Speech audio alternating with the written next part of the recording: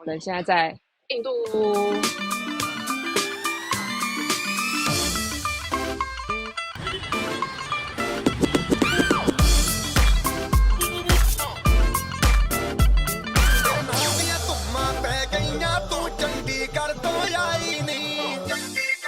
还有一个为什么大家这么疯来这边做瑜伽，还有一个原因是因为披头士。那接下来我就是会看天气，看我来的时间。然后呢，我最主要的考量就是价钱跟它的教的内容，就这两个。印度这里是包吃包住，然后课程内容1个小时大概约$1000上下。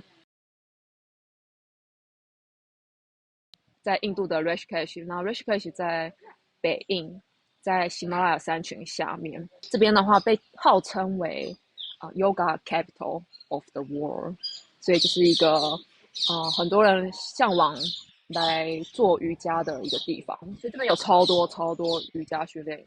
还有一点我要补充，这是我来了这边我才发现的事，就是还有一个为什么大家这么疯来这边做瑜伽，还有一个原因是因为披头士。大家知道披头士这个英国乐团吗？他们呢在1968年的时候呢，因为他们自己有练 meditation， 所以他们也为了要更精进这方面的学问，所以他们特地有来这边当地的瑜伽训练营来练习。所以呢，就是因为那个关系，然后那时候就是很多的媒体就是大量的报道，所以从那一刻开始，就很多外国人向往来这边做瑜伽，这样。所以算是那时候开始带起国外的瑜伽风吧。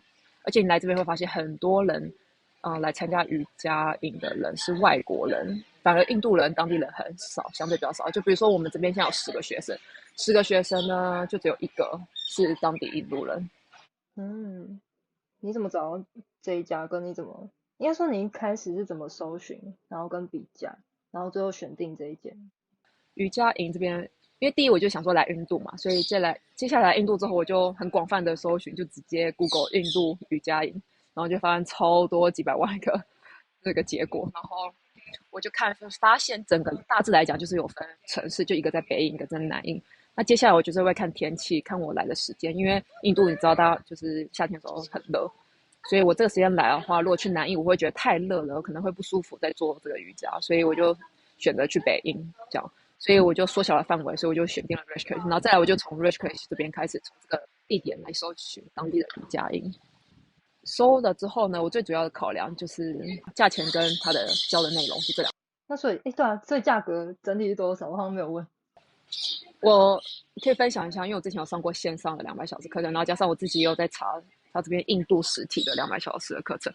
我自己线上的课程的话是 self-paced 的，照自己的进度自己读，然后他们就预录好的内容。我的那个时候是我在2年前上是$399，但是这个不一定，要看不同地区、不同内容，所以这范围蛮广的，可能从就是大概299到1099这个范围吧。然后再来印度实体的话，实体通常他们的200小时，大部分的课程是介于大概26天到30天，就是1个月的课程内容，然后就是很 intense， 每天上课通常是1到6上课，然后礼拜日休息，这样子的课程，这样1个月包在印度这边，因为我主要是查印度这里是包吃包住，然后课程内容1个小时大概约$1000上下。1个小时1000，1个小时$1000。对，平均$1000，一个月一次课程，1个月$1000是吗？对，平均那我$1000。确认 ，OK， 吓死我！我想说，妈什么1个小时$1000，到底是哪位大师？那你比较推荐初学者上线上瑜伽，还是去印度上瑜伽？也不要讲初学者好啦，我觉得因为完全的初学者应该去上课，先去上一些基础课，然后是自己先做一些就是基础热身，从拉伸开始。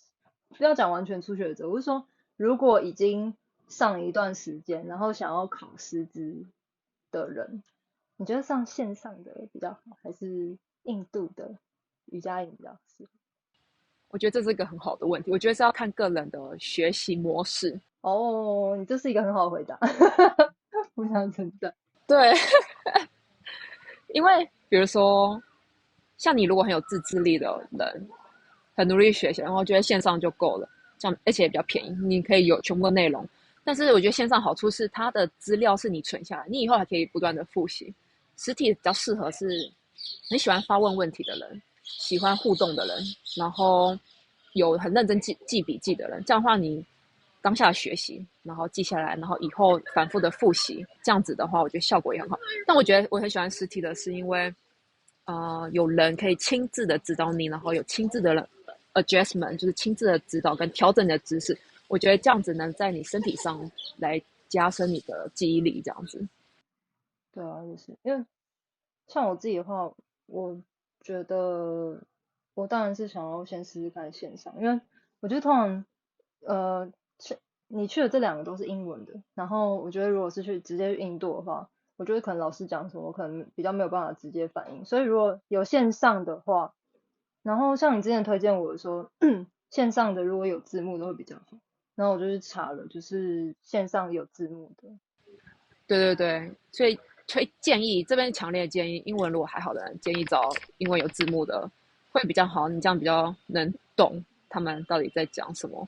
对，因为我自己学习之后发现，当初没有考量这一点，然后之后上了才发现，觉得有些口音跟内容就是有点听不太清楚，会有一些很多专有名词，因为你要上一些心理课程跟一些anatomy，就是解剖学等等的，所以很多专有名词，如果没有字幕，有时候会听不太懂，不太理解，所以建议有字幕会比较好。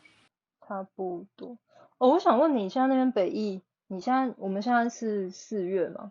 就是你现在在那个地方的气温？像我在4月，我觉得就有点热了。推荐北印的部分的话，最适宜的天气2、3月跟10月。好，大概这样。我本来还有想说问你，就是在印度居住了什么感受啊、饮食啊。可以啊，我到时候就秀一下，我就推荐一下我这边的瑜伽营。每天早上6点半起床，伸个懒腰后就去教室上我们的第一堂课。第1个小时先上进化跟呼吸技巧，第2个小时上体位法。